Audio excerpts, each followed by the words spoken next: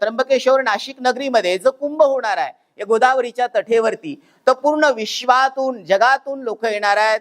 तर मी विशेष आपल्या सर्व पदाधिकाऱ्यांना आणि महानगरपालिकांना विनंती करेल की माझ्या महात्म्यांसाठी, साधू संतांसाठी, भक्तांसाठी स्वच्छ पाणी असलं पाहिजे, ड्रेनेज मुक्त असलं पाहिजे। कारण की हे स्नान साधं नाहीये, कारण की गंगेचं स्नान करण्यासाठी गुफामध्ये जे दिगंबर, जे नागा संन्यासी, जे महापुरुष, दिव्य पुरुष 12 वर्षे साधना करतात आणि ते दिव्य पुरुष कुंभाच्या निमित्तानं या गंगा मैयाला आणि आपल्या सर्व जीवांना पवित्र करण्यासाठी, पावन करण्यासाठी दिव्य पुरुष येत असतात। पाण्यातूनच जास्त रोगराई पसरते।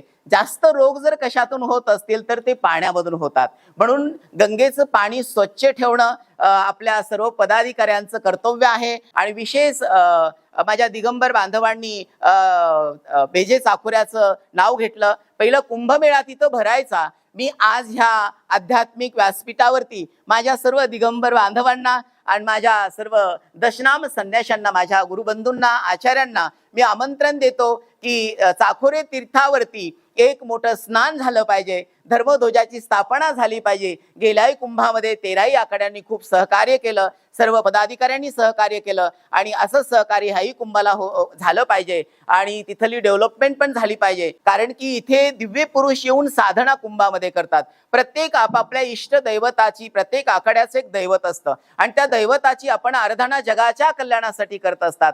म्हणून विशेष महापुरुषांना अन्नदान असेल, दान धर्म असेल, त्यांची सेवा असेल, कोणतीही सेवा असो प्रशासनानं करावी आणि या कुंभाचं सगळ्यांनी स्वागत करावं आणि या कुंभाने सर्व विश्वासाठी, विश्वशांतीची आशीर्वाद द्यावा अशा अपेक्षा करतो। सर्वांना रामकृष्णानी जय श्रीराम। ओम नमो नारायण।